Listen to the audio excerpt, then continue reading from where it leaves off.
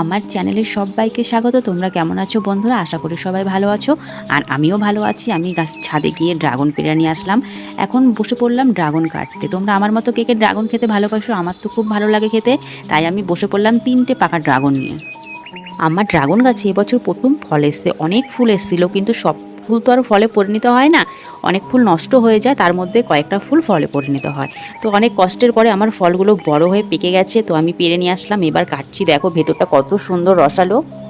ভেতরের কালারটা দেখে তো বুঝতেই পারছো যে পুরো ফলটা একদম মানে পেকে গেছে, পুরো পেকে পুরো টুকটুকে লাল হয়ে গেছে। আর খুব রসালো ভেতরটা।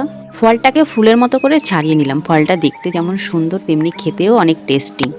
যারা এই ফলটা খাওনি তারা কিন্তু বুঝতে পারবে না যে ফলটা কতটা টেস্টি। ফলটা দেখতেও যেমন সুন্দর, খেতে তো অসাধারণ। আমি তো খেয়ে নিচ্ছি, দেখো। তাই তো বলি, যাদের ড্রাগন গাছ নেই তারা একটা ড্রাগন গাছ লাগিয়ে দেবে। আর সে ড্রাগন গাছে ১ বছর পরেই ফল আসবে, অনেক সময় ১.৫ বছরও সময় লাগে।